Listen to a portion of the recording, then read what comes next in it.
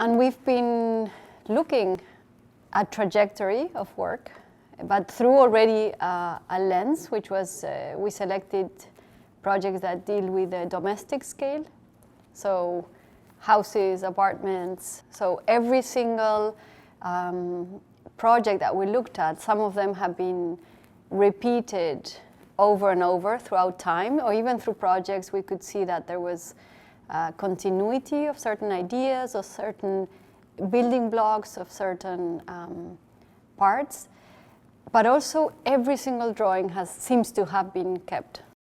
So you can see, in a way, as Sofia was mentioning, the mental process of this architect thinking through drawing, thinking through making, and that somehow tedious translation of one scale to the other, or from one project to another, or from one detail within the same building into another detail. There is also the possibility of evaluating, if that is at all possible, a general mindset for the production of architecture, and in very subtle terms, the way in which certain ideas appear in a moment and persist over time.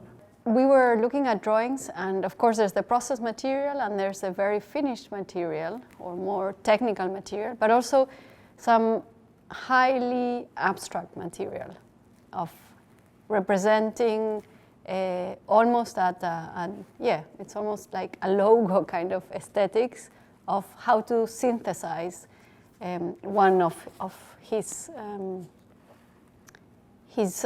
gestures that then he could then apply into many different projects, because it could go from the scale of the domestic to the scale of a hospital or a gas station or a supermarket. Or the fact that all the drawings of the different versions of an elevation or a column or the struggles to solve a plan reveal or unveil the very practice of architecture, which seems to be oversimplified nowadays with digital drawings and with the speed of production, that everything seems to be easy and edited.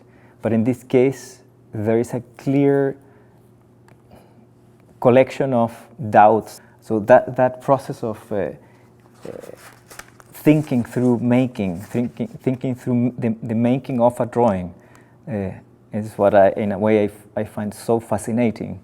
Yeah, I think there's those two stages. One is to think about the project itself, and then to think about the communication of the project. How to communicate the project to a builder, to a developer, to a client. But from a little diagram like this, it's really interesting to see all the steps in between, and also 30, 40 years of steps in between to end up in this. That there's a persistence, there's a discipline. Same thing, the idea of the levity of something like this, that there isn't even a connection to the ground. There's an absolute optimism in a drawing like this, but that then, of course, needs to become this kind of very, very tight mesh of rebar. I'm also interested in reading these images, the floating clouds, or the colorful umbrellas, or the very schematic gesture of crossing a little stream of water. Not only in their formal or aesthetic dimension, but also in their symbolic one, and how they might transfer to a functional and actually very functionalist architecture. We had the intuition that we wanted to work with the domestic scale of his production, mainly due to the fact that the house on the river was one of the few projects that he managed to build, but also because we could relate that level of the scale and the intimacy of domesticity with their own work. It really feels like there's an erosion of the preconceived idea of what a domestic space has to be like. And I think that's something that is fascinating when looking at this, that we're looking right now at an umbrella, and there's nothing domestic about it. It belongs almost to another scale, but not only a scale in terms of a relation to our body, but scale in terms of also ambition. That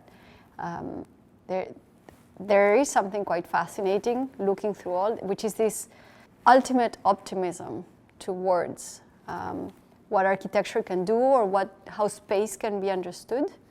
That is, it goes beyond just a practical, efficient understanding of rooms and their users.